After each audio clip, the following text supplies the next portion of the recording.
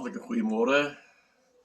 Die video soos ek beloof het hierdie week om die dinge wat ek oor gevra het oor is Adam die eerste mens, het ek nou 'n bietjie aantekeninge gemaak. Is nog nie regtig so in diepte in die woord nie, maar ek wil net so die buitelyn gee, u kan verstaan waaroor dit gaan. Ek het ook 'n boek geskryf oor die saak en die boek se naam is Waarom Jesus moes kom. En ek wil vandag sommer met begin deur te sê dat dit niks met rasisme te doen nie, hoegenaamd nie. Het niks met politiek te doen nie. Ek is nie betrokke in die politiek nie, ek is apolities heeltemal. Ek weet nie wat 'n politikus moet jy glo en wat een praat die waarheid en wat een se belofte gaan deurkom. Wat ek doen, ek bid dat die beste vir ons land gebeur, dat die hand van die Here op ons leiers vir die land moet rus. Want die woord sê in Galasiërs 1, as jy die Here nie erken dan sou nie, dan gaan dinge met jou gebeur en hy beskryf 'n paar dinge wat tans besig is om te gebeur in Suid-Afrika. So ek bid vir hulle en ek glo u bid saam met my. Maar ek wil vir u verduidelik dat so begin deur te sê, dis my oortuiging. Ek is oortuig daarvan. Adam is nie die eerste mens nie op die aarde nie. Ek weet, almal sê die Bybel sê so, maar ek wil hê met hulle iets in gedagte hou, dat die Ou Testament gaan oor die geskiedenis van Israel. En die meeste wat daar geskryf staan, ek weet in die begin toe Adam en Eva en hulle kinders en dis meer daar gestel is, ek weet nie of hulle geleer het om te skryf nie, wie sou hulle geleer het? Hulle het maar al hulle geskiedenis geslagte lank oorgedra woordeliks. En vir al die Israeliete, vir hulle was Adam die eerste mens. En dit is vir hulle seker die werklikheid, Adam was die eerste mens. Maar as jy net 'n bietjie gaan luister, ek vra u so, gaan so 'n kwartuur miskien vat, of 20 minute asseblief verdra my, ek wil nie sulke lank goed op die video's opneem nie, want mense kyk nie na sulke lank goed nie, hoor. Maar jy weet, die woord van die Here sê in Genesis 1 vers 26. God het gesê, laat ons mense maak na ons beeld en ons gelykenis. Man en vrou het hulle geskape. God het hulle geseën en vir hulle gesê, gaan wees vrugbaar en vul die aarde. En het vir hulle heerskappy gegee oor die diere, oor die voëls, die visse en oor die kruipende diere. Nou wil ek vir u vra, wees nou eerlik en nugter, maar nou nie jouself probeer 'n rad voor die oë draai nie. Hoe lank dink jy sou dit neem van Adam en Eva om 'n nageslag te hê om oor die hele aarde se diere, visse, voëls en kruipende diere heerskappy uit te oefen? Hoe lank sou jy dink sou dit neem? So God het die mens aangestel met 'n doel. Man en vrou gesê, hy het hulle geseën en gesê gaan vermeerder en vul die aarde. Nou, as God gesê het, wees geseënd, gaan vul die aarde, sou Adam nou gemaak word, 'n man sonder 'n vrou. Daar was nie 'n vrou nie. Aanvanklik was daar nie 'n vrou nie. Hoe sou hulle kon vermeerder? Dit is maar net 'n eenvoudige vraag nie. Nou, my mening is, God het al die mense gemaak op daardie een dag, die 6de dag. Chinese, Japaneese, Indiërs, blanke volke, bruin volke, swart volke, ongeag, ek praat nie politiek nie, ek praat nie rassisties nie, maar dis die volke wat daar was, wat daar gemaak is. Johannes, die eerste hoofstuk sê, in die begin was die woord, en die woord was by God, en die woord het vlees geword, in die 14de vers. Maar die 3de vers sê, God het alles deur sy woord geskape. Nou sê ek, die Here het die mense gemaak met sy woord. Hy het woord gespreek. Nou kom jy in Genesis 2, die 7de vers, sê die Here het die mens, dan praat hy van Adam, geformeer uit die stof van die aarde. Dit balanseer nie vir my nie, ek weet nie met u nie, dat God deur sy woord alles geskep het wat bestaan. God het nie die voeltjies een vir een gemaak uit die stof uit nie, en die wilde bokkies een vir een gemaak uit die stof uit nie. Hy het dit gemaak met sy woord, gespreek, hy het 'n woord gespreek. En hier kom my, na die mense gemaak en gesê, en hy sê, gaan vul die aarde, kom hy, en hy formeer vir Adam uit die stof van die aarde. En hy sê daar in die 18de vers, 2de hoofstuk, dis nie goed dat die mens alleen is nie. Ek sal by hom hulp maak wat by hom pas. Ek weet nie hoe lang hy alleen was nie. Daar's nie aanduiding ergens in die skrif nie. Daar's nie gepraat oor daar in daardie geval nie. Nou, as Adam alleen sou wees, waar's die seëning van gaan en vermeerder en vul die aarde? Nee, ek wil vir u ietsie sê. Ons het baie jare dit geglo. Ek het dit geglo, ek het so groot geword. Ek het groot geword in die kerk. My pa was 'n pastoor. Dan praat ek van 1949 as dat hy in die bediening in sy gemeente gestig vir die Volle Evangelie Kerk in Ludwigshafen. En ek ken die pad. Ek ken die storie van Adam. Ek ken hom van sonnaarskool daar af, ken my hele lewe deur. Maar God het my die dinge gewys. Ek moet dit met u deel, nie om anders te wees nie, want ek sê vir u, as ons hierdie goed kan verstaan, dit verander nie die evangelie van Jesus Christus nie, hoegenaamd nie. Eintlik, dit onderstreep die evangelie van Jesus Christus. Dit beklemtoon dit, die rede waarom Jesus moes kom, en hoekom hy gekom het, en wat hy kom doen het. Ek onderstreep dit al die pad. Jesus het vir my ook gesterf as 'n sondaar, en ek het hom moes aanneem as die saligmaker, as die verlosser. Ons sal sien waarvan moes hy ons verlos, as ons nou al die dinge bietjie in breër aspek gaan kyk. Weet jy dat die woord van die Here sê, in die 9de vers van Genesis 11. Hy sê, die taal van die hele aarde, al die mense het dieselfde taal gepraat. Dis nou daar by die geval van die toring van Babel nou nie. Die hele aarde het dieselfde taal gepraat. Nou die hele aarde, is dit daai toring by Babylon? Is dit die hele aarde? Nee.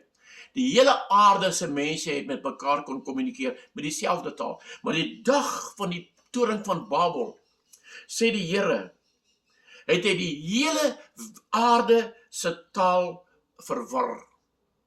Reg oor die aarde, nie net in by die toring van Babel nie.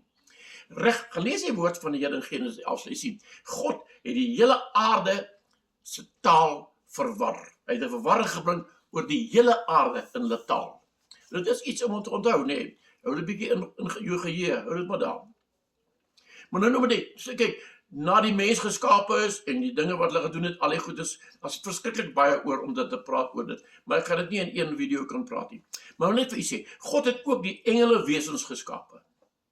Net soos hy die aardse mense geskaap het, die diere en die voëls en die visse en al die goedes geskaap het God ook engele geskaap. Of hulle voor die mens geskaap is, waarskynlik na die mens, ek kan nie, ek so dink voor die mens, so ek sê. Maar heilige skape, gerubs, gewone engele, Hebreërs 1:14 sê dat die engele is dienende geeste wat die saligheid sal beerwe vir die kinders van die Here, is 'n dienende gees. Daar's serafs wat in God se troonkamer is om hom te aanbid. Maar dan is daar ook vorste. En ek wil net vir u noem, in Daniël 10, as jy gaan lees bietjie daar, Daniël het gebid en gevas vir 21 dae. Toe verskyn daar 'n engelwese aan hom met spierwit klere, blink klere met 'n goue borsband om. En die sê vir Daniël, hy sê van die eerste dag af wat jy gebid het ek al gekom met 'n boodskap vir jou. Maar die vors van die Perse het my teëgestaan. Nou enige wese wat die engel van God teëstaan, moet seker saam met die duiwel werk. Ek aanvaar dit so. Hy sê hy het my teëgestaan, en as die vors van Israel my nou kom help het nie, so ek nie kon deurkom nie. Hy sê, maar as ek nou klaar die boodskap vir afgelewer, moet ek teruggaan om weer te gaan veg teen die vors van die Perse, en daarna die vors van Griekeland. So daar's baie geestelike wesens, die geestelike engele, vorste en dinge. En enige vors wat teen die engel van die Here staan, moet seker 'n teestander van God wees, of terwyl saam met die duiwel te werk. En daar was een gerub, en ons kan van hom lees in Jesaja 14 en Esegiel 28. Jesaja 14 sê die woord van die Here daar, hoe het jy geval? Jy moet maar self die skriffies gaan lees in die Bybel. As ek dit als moet nou vir u voorlees, dan gaan die band bietjie langer, maar gelees het gerus daar in Jesaja 28 vers 13 tot 17 en Jesaja 14 vers 12 tot 14. Toe kom een van hierdie gerubs, en hy word so hoogmoedig, en die woord sê daar, hy wou aan God gelyk stel. Esegiel 28 sê, jy was 'n God gewees. Jy was 'n gerub, die dag wat ek jou geskaap het. So God het hom op 'n dag geskaap. Jy was 'n gerub, jy was 'n God, met 'n klein letter G. Hy was seker van die hoogste range van die gerubs, dalk die hoogste. As hy soveel van homself kon dink, moes hy soveel autoriteit en krag gehad het, dat hy homself werklik gelyk kon stel aan God. Dis wat my afleiding is daardoor, nee. Jy moet my verskil. Jy is altyd weerdig om my by te verskil, of welkom om by te verskil. Ek is nie hier om 'n ding af te pers op jou kop en op jou denke en op jou hart nie. Ek sê net vir jou wat vir my oopgegaan het in die woord. As jy daarmee saamstem, kan ons dit gebruik om die evangelie beter te kan verkondig. As jy daarmee saamstem, is jy goeie reg. Ek kan nooit iemand dwing om te glo wat ek glo nie. En niemand kan my dwing om te glo wat daardie persoon glo. Dis ons goeie reg om te glo wat ons wil glo. Of as ek verkeerd, help my reg as ek verkeerd is. Nou toe daardie gerub op die aarde val, en Jesaja 14 sê, God het van die Godeberg afgestoot en op die aarde geval. Toe hy op die aarde val, toe word hy die verleier van die hele mensdom. Omdat hy homself gelykgestel aan God, wou hy meer aanhang hê onder die mense as wat God onder die mense het. Toe begin hy met afgodedienste in te stel, houtstamme, klippe wat hulle moet bou, en al die dinge, en omdat die mens in hulle innerlike wese, selfs die groot ateïs kan vandag, hulle kan maar met my stry, maar dit is so, die mense in hulle innerlike wese, het 'n besef, daar moet 'n God wees, daar moet ergens 'n God wees, en die vyand gebruik daardie innerlike wese se wete, en hy lei hulle op 'n valse pad na afgode toe, en die hele mensdom het hom gevolg. Nou sê die woord in Exodus 20 vers 5, ek het dit gaan opsoek. God is 'n jaloerse God. God is jaloerse God. In Johannes 4, as jy daar vers 23, 24 gaan lees, so hy sê, God soek mense wat hom in gees en in waarheid aanbid. God wil aanbid word. Daarom het hy wesens geskep rondom sy troon om hom te aanbid, want dis God, hy is jaloers, hy wil aanbid word, hy wil vereer word. En ons is daar om hom te vereer, maar die vyand het die mens so ver verlei van God af, dat die mensdom vereer nie meer die Here nie. Ook nie eens, baie keer nie eens regtig in 'n kerkdiens wat mense lekker staan en sing nie. Eerlik nie regtig die Here, hulle sing maar net die liedjie omdat hulle hom ken. Dan sing hulle maar so saam, party klap hande, party klap nie hande nie, dis dan nie belangrik wat daaroor gaan nie, maar kan ons nog die Here regtig aanbid? Nou, toe sê die Here, omdat Johannes 3 vers 16, so lief het God die wêreld gehad, sy enige gebore seun gegee. So sê die Here, ek wil daai mense wat so deur die vyand verlei is, in slawerny, in sonde, in ongeregtigheid, en al die boosheid wat die Satan op hulle geplak het. Hulle het van God af weggedwaal, vuilwerke begin doen, toordery, moorde, diefstal, hoerery, verslawing aan drank en verslawing aan wat ook al wat hulle kon verslaaf raak in daardie dae. Toe sê die Here, ek wil daai mense terugbring, ek wil hulle uit daai slawerny uithaal, ek wil hulle verlos van daai slawerny. Ek wil 'n verlosser stuur. Ek wil iemand stuur wat vir die sonde van die mens kan sterwe. Maar dit moet iemand wees wat nie sonde het nie. Waar gaan hy so 'n mens kry? Almal is verlei. Daar's niemand wat sonder sonde is nie. Vandag is dit nog steeds 'n skaarste mense sonder sonde. Behalwe as die bloed van Jesus Christus jou gereinig het van jou sonde, kan jy sê ek is nou sonder sonde. En ek beroep my sommer nou op die reinigingskrag van die bloed van Jesus om my nou te reinig, dat ek as 'n gereinigde kind van God met u mag praat. Nou luister mooi. Waar gaan God iemand kry sonder sonde? God was genoodsaak om 'n ander volk te skep. Nou moet jy my mooi luister. Die eerste skepingswaarheid, die hele skepingsverhaal, die mens, die aarde, die engele, die engelwesens en alles wat bestaan, het onder een skepingsgesag plaasgevind. So God moes 'n ander volk maak maar wat nie op dieselfde wyse geskep kon word nie, want daar is 'n verplig om daardie volk onder dieselfde gesagsorde van die engele en die geestelike wesens te laat staan. As jy sal verstaan wat ek vir u probeer sê. So God skep 'n mens, nie deur sy woord nie, want dan sou hy outomaties saam met die res van die wêreld onder die heerskappy van die engele mag gestaan het. En onder die gevalle engel moes staan. Toe sê God, ek gaan 'n mens maak. Hy maak vir Adam, hy formeer hom uit die grond van die aarde uit. Hy maak 'n man, hy blaas sy asem in sy neus in, en hy word 'n lewende siel, sê die woord van die Here. En na 'n tyd sê die Here, dis nie goed dat hy alleen is nie, ek gaan vir hom 'n vrou maak. Hy vat 'n ribbetjie van Adam, weer eens, hy skep nie 'n vrou met die woord nie, hy vat 'n ribbetjie van Adam, en hy maak vir Adam 'n vrou.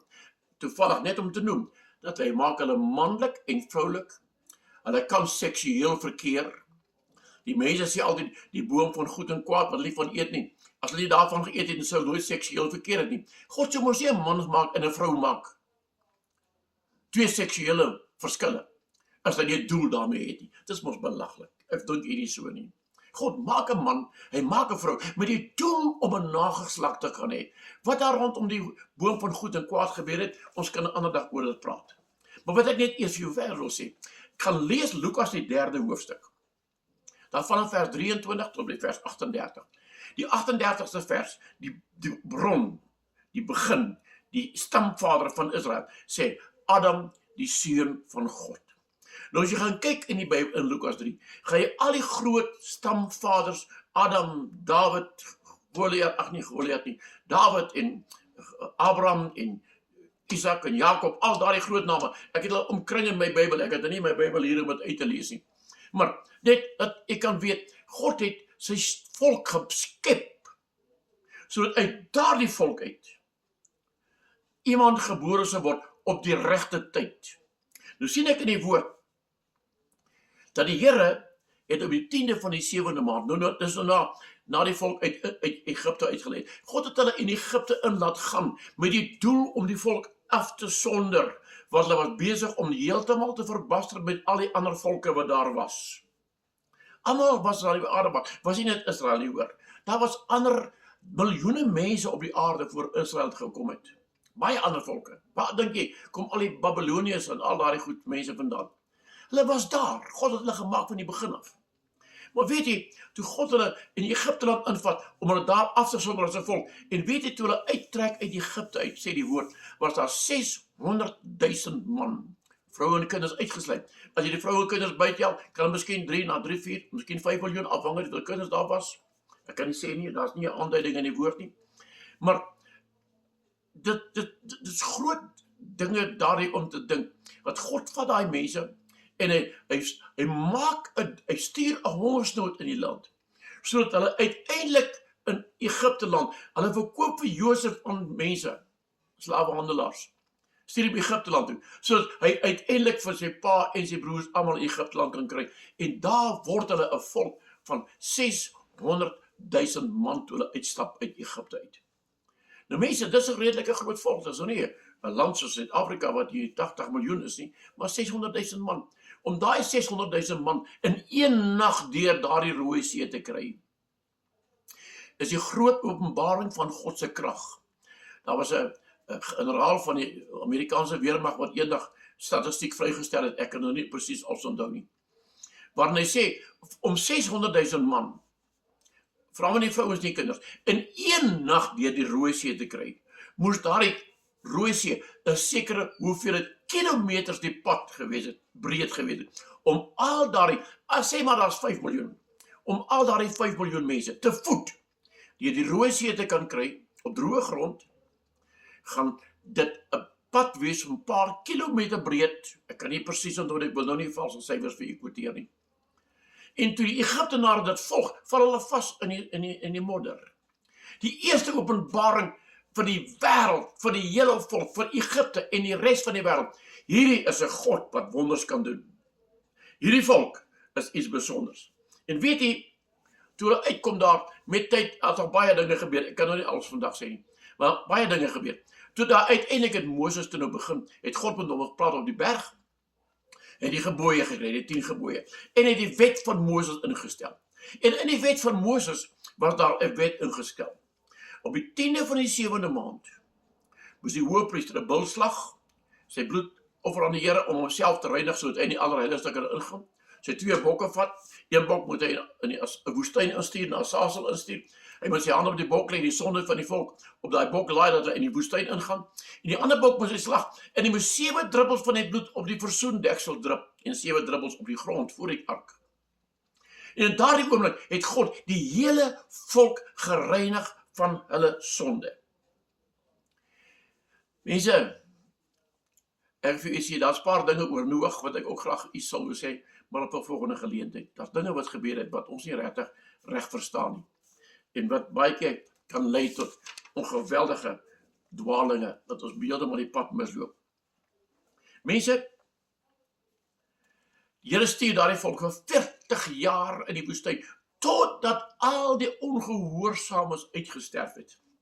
Elke dag brood vir 5 miljoen mense, elke dag vleis vir 5 miljoen mense. Daardie statistikus het ook gesê hoeveel treintrokke dit vol brood moet wees, hoeveel treintrokke vol voëls dit moet wees vir daardie mense om elke dag te kon eet. Dit is fenomenaal. God openbaar homself, sy krag aan die hele wêreld, ook aan my wat die Bybel lees. En dit is wonderlik as jy dit goed kan sien. Weet jy, mense, op 'n dag, na my mening, ek sê nie dit is die wet nie, in my mening, die 10de van die 7de maand, op die dag, dat die volk gereinig is, as daar nou 'n gunstige tyd sou wees, vir Maria om bevrug te word, is op daardie sekond, daardie oomblik, toe God die hele volk reinig van hulle sonde, want gee mense 'n paar sekondes, net klaar weer besig met verkeerde gedagtes, as die sonde maar weer daar.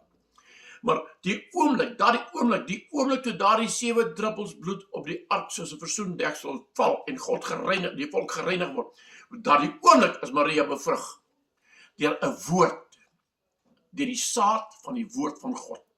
Hy het haar bevrug met die saad van die woord.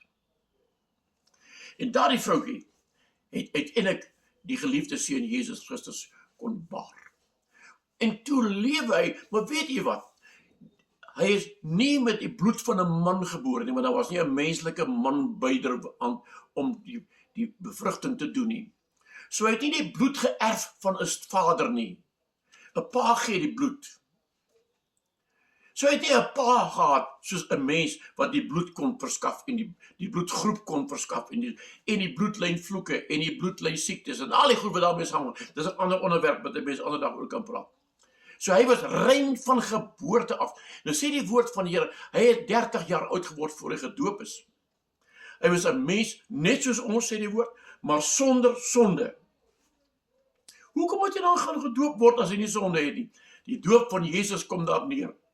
Toe hy in die doopwater insak deur Johannes die Doper, toe lê hy eintlik sy ou lewe daar af. Nie meer Jesus die seun, die sogenaamde seun van die timmerman nie, wat al die jare in timmermanswinkel gewerk het nie, en nooit sonde gedoen het nie. Nee, hy lê die ou lewe af, en toe hy uit die water uit opstaan, toe kom die Heilige Gees soos 'n duif op hom neergedaal. Toe kom die stem van God. Toe sê Vader, dit is my geliefde seun in wie ek welbehaag. Hy het dit nie van tevore gesê nie, want daar was geen werking van die krag van sy lewe nie. Daar in die apokryfe boeke word geskryf dat hy voeltjies gemaak van klei, dan vlieg die voeltjies, maar dis nie, ek weet nie of dit regtig die waarheid is, ek aanvaar dit nie sommer net nie. Maar mense, daardie Jesus, sê die woord, nou in 2 Korintiërs 5 vers 21, hy het hom wat geen sonde geken het nie, sonde vir ons gemaak, sodat ons kan word die geregtigheid van God in hom. In Kolossense 2:14, hy het die skuldbrief teen ons aan die kruis gaan vasnaal. Dit is om te verstaan. Nou kan ek verstaan en u kan dat verstaan. Hoekom moes daar 'n Jesus kom? Om die volke reg oor die aarde, wat hierdie offer sou aanvaar, hierdie dood van Jesus aan die kruis sou aanvaar, dat hy hulle kan losmaak onder die heerskappy van Satan, onder die heerskappy van sonde,